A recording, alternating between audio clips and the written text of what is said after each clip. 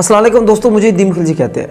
दोस्तों वो कहते हैं कि कभी कभी खोटे सिक्के भी जो होते हैं ना, बड़े काम के होते हैं, वो भी काम आ जाते हैं।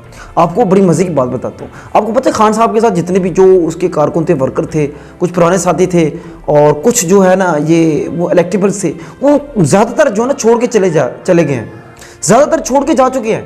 लेकिन ये परवेज़ इलाही साहब कहते हैं, जनाब उनको सुने, वो क्या कहते हैं? कहते हैं जनाब तगड़े हो जाओ, तगड़े हो जाओ, तहरीक इंसाफ वालों घबराना नहीं है, आप लोग तगड़े हो जाओ, मैं पीटे नहीं छोड़ूंगा। ओ यार मैं तो हैरान हो गया यार, कितना कुछ 70-80 साल का बाबा है ये, हिम्मत नहीं है यार इसकी। और मज़े की बात है, मैं तो उस वक्त सुन के हैरान रह गया, मेरी अक्ल दंग रह गई कि जो शुजात हुसैन जो इनके बड़े कज़न हैं, सोतर हैं, मसात हैं, भाई हैं, वो उनसे भी बड़े हैं।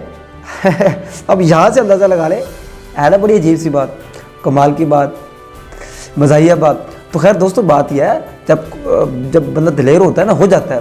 खैर अब वो दिलेर हो गए, अल्लाह करे वो दिलेरी रहे, अल्लाह उनको इस्तकामत अता फरमाए। बहरहाल बड़ी बात है परवेज़ इलाही साहब की, मुझे तो ये बयान सुन के बड़ी हैरानी भी हुई, खुशी भी हुई। मैंने कहा अच्छी बात है भाई, अगर वो डट गए हैं, वो खुद कह रहे हैं तगड़े हो जाएं। बहरहाल जिस तरीके से उनको पकड़ा है यार, बहुत ही ख़तरनाक तरीके से पकड़ा है बेचारा, उसको भगा के ऐसे घसीट के लेके जा रहे थे। ये दिस इज़ नॉट फेयर एक बुज़ुर्ग आदमी के साथ। खैर दोस्तों इनकी हिम्मत की, इनकी इस्तकामत की फ़िलहाल तो दाद देनी पड़ेगी, बाद में देखते हैं फिर क्या होता है। शुक्रिया, अल्लाह।